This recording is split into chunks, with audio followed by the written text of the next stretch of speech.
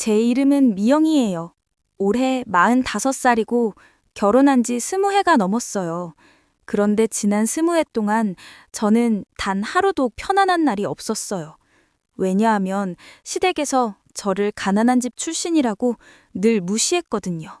미영아, 그릇 좀 치워. 설거지는 당연히 네가 하는 거고, 친정이 가난해서 그런지 살림 솜씨가 영 아니네. 시어머니 순자 씨의 이런 말들을 매일 들으며 살았어요. 남편 준호도 마찬가지였어요. 우리 엄마 말이 맞아. 네 친정에서 도움이 되는 게 뭐가 있어? 시누이 경희는 더 심했어요. 언니는 참 운이 좋네요. 우리 집안에 시집 와서. 친정이 그 모양인데 말이에요. 정말 견디기 힘들었어요. 하지만 참았어요.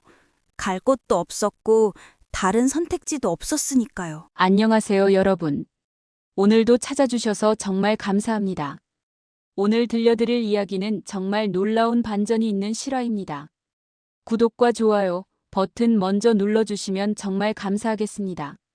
자, 그럼 시작해 볼게요. 사실 제 친정은 정말 가난했어요.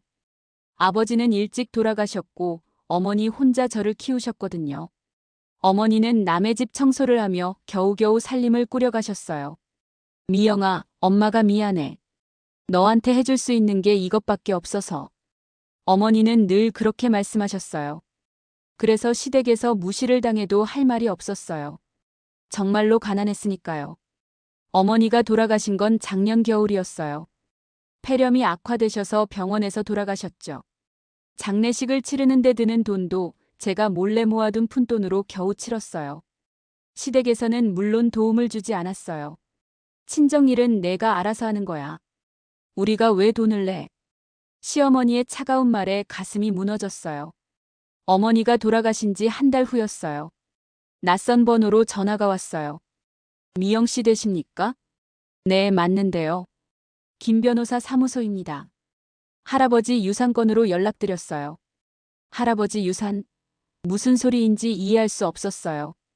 제 할아버지는 일찍 돌아가셨는데요. 그리고 별다른 재산도 없으셨고요. 아니에요. 외할아버지 말씀입니다. 박종수 할아버지요. 외할아버지. 어머니가 어릴 때 집을 나가신 분이라고 들었어요. 평생 연락도 없으셨던 분이요. 할아버지께서 작년에 돌아가시면서 유언장을 남기셨어요. 미영 씨가 유일한 상속자라고 명시되어 있습니다. 상속자라니요? 저는 할아버지를 본 적도 없는데요. 내일 사무실로 오셔서 자세한 이야기 나눠볼까요? 다음날 변호사 사무실에 갔어요. 강남의 큰 빌딩에 있는 사무실이었어요. 앉으세요. 커피 드릴까요? 김 변호사님이 친절하게 맞아주셨어요. 할아버지에 대해 말씀드릴게요. 박종수 할아버지는 젊은 시절 부동산 사업을 하셨어요. 그런데 사업이 크게 성공하면서 엄청난 재산을 모으셨죠. 그런데 왜 저희와 연락을 안 하셨을까요? 가족들과 의견 차이가 있으셨다고 들었어요. 그래서 혼자 사시면서 사업에만 집중하셨죠. 그리고 평생 미혼으로 사셨고요. 변호사님이 서류를 펼쳐 보이셨어요. 할아버지께서 남기신 유산 목록입니다. 종이를 보는 순간 숨이 막혔어요.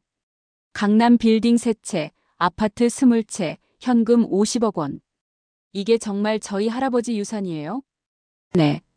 전체 가치로는 약 300억 원 정도 됩니다. 300억 원. 평생 들어본 적도 없는 금액이었어요. 변호사님의 설명을 더 들어보니 더욱 놀라운 사실을 알게 됐어요. 할아버지께서 평생 미영 씨 가정 상황을 지켜보고 계셨어요. 사실 어머니께서 돌아가시기 전까지 생활비를 몰래 지원하고 계셨습니다. 네. 그게 무슨 말씀이세요? 어머니께서 받으시던 정부 보조금 중 일부는 사실 할아버지께서 대신 내주신 거예요. 어머니는 모르셨지만요. 그제야 이해가 됐어요. 어머니가 그나마 큰 어려움 없이 저를 키우실 수 있었던 이유가요. 그리고 할아버지께서 한 가지 부탁을 남기셨어요. 어떤 부탁이요? 미영 씨가 그동안 당한 무시와 모멸을 꼭 갚아주라고 하셨어요. 특히 시댁 사람들에게요. 변호사님이 미소를 지으셨어요. 할아버지께서 이미 모든 걸 준비해 두셨어요. 그날부터 저는 완전히 달라졌어요. 겉으로는 여전히 가난한 며느리였지만 속으로는 치밀하게 계획을 세우고 있었어요. 먼저 시댁이 사는 아파트 단지를 조사했어요. 놀랍게도 그 아파트 단지의 땅이 할아버지 소유였어요. 시댁은 그동안 모르고 할아버지에게 월세를 내고 살고 있었던 거죠. 남편이 다니는 회사가 들어있는 빌딩도 할아버지 소유였어요. 심지어 시누이가 운영하는 작은 가게가 있는 상가도 할아버지 것이었어요. 정말 놀라운 우연이네요. 변호사님이 말씀하셨어요. 우연이 아닐 거예요. 할아버지께서 일부러 그렇게 하신 것 같아요. 이제 모든 준비가 끝났어요. 상속 절차도 완료됐고 모든 재산이 제 명의로 넘어왔어요. 어느 날 저녁이었어요. 시댁 식구들이 모두 모여 있을 때 저는 조용히 말했어요. 말씀드릴 게 있어요. 뭔데? 또 친정 이야기야? 시어머니가 짜증스럽게 말했어요. 아니에요. 이 집 이야기예요. 이 집이 왜? 이제 이 집에서 나가셔야 할 것 같아요. 순간 거실이 조용해졌어요. 뭔 소리야? 너나 나가. 시누이가 소리를 질렀어요. 저는 가방에서 서류를 꺼냈어요. 이 아파트 땅의 소유자가 바뀌었어요. 그래서 새로운 조건으로 계약을 해야 해요. 무슨 헛소리야? 누가 샀다고? 남편이 의심스러운 눈빛으로 저를 봤어요. 제가 샀어요. 너가 뭘로? 시어머니가 코웃음을 쳤어요. 미영아, 장난은 그만하고. 남편이 말하려는 순간 저는 부동산 등기부등본을 꺼냈어요. 여기 보세요. 소유자가 제 이름으로 되어 있어요. 시댁 식구들이 서류를 뺏어보더니 얼굴이 하얗게 변했어요. 이게 뭐야? 그리고 이것도 보세요. 저는 다른 서류들을 더 꺼냈어요. 준호 씨가 다니는 회사 빌딩도 제 것이에요. 경희 씨 가게가 있는 상가도요. 이게 대체 무슨... 할아버지 유산을 상속받았어요. 전체 재산이 300억 원 정도 되네요. 그 순간 시어머니가 의자에서 털썩 주저앉았어요. 미영아, 이게 정말이야? 남편이 떨리는 목소리로 물었어요. 정말이에요. 그리고 이제부터 모든 게 달라질 거예요. 미영아, 우리가 잘못했어. 진짜 미안해. 시어머니가 갑자기 무릎을 꿇었어요. 이제 와서 미안하다고요? 20해 동안 저를 어떻게 대했는지 기억나세요? 정말 몰랐어. 내가 이런 집안 출신인 줄. 집안 출신이 중요해요? 사람을 사람으로 대하는 게 기본 아닌가요? 저는 더 이상 참지 않았어요. 가난하다고 무시하고 친정이 못 산다고 깔보고. 그게 맞는 일이었나요? 앞으로는 모든 게 달라질 거예요. 이 집에 계속 살고 싶으시면 제 조건을 들으셔야 해요. 조건이 뭐야? 시어머니가 벌벌 떨며 물었어요. 첫째, 앞으로 저에게 함부로 말하지 마세요. 둘째, 집안일은 공평하게 나누어서 하세요. 셋째, 월세는 시세대로 내세요. 월세를? 우리가? 네. 다른 세입자들과 똑같이 내셔야죠. 남편이 절망적인 표정을 지었어요. 미영아, 우리가 가족인데. 가족이요?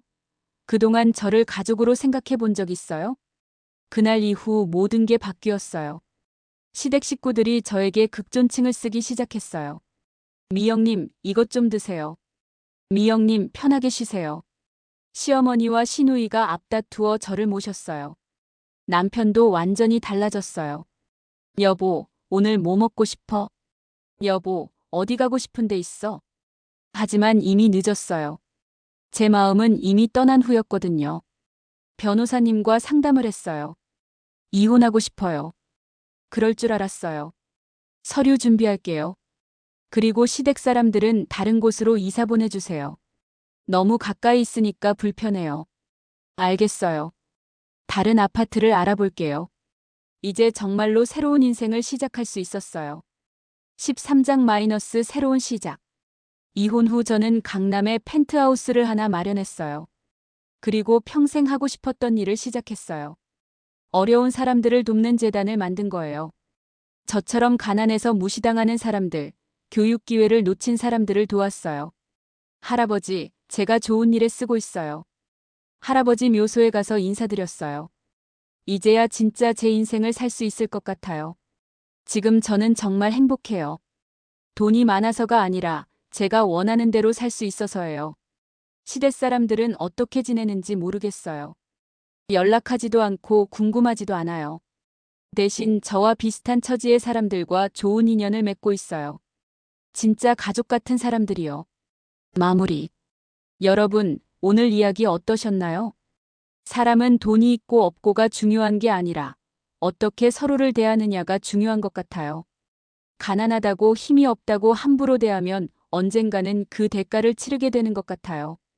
미영이는 운이 좋아서 할아버지 유산을 받았지만 가장 중요한 건 그 돈으로 좋은 일을 하며 의미 있게 살고 있다는 거예요. 여러분도 주변 사람들을 돈으로 판단하지 말고 따뜻한 마음으로 대해주세요. 그게 진짜 행복의 시작이니까요. 오늘 이야기가 재미있으셨다면 구독과 좋아요 버튼 꼭 눌러주시고요. 어디서 들으시는지 댓글로 알려주세요. 다음에 또 좋은 이야기로 찾아뵐게요. 건강하세요.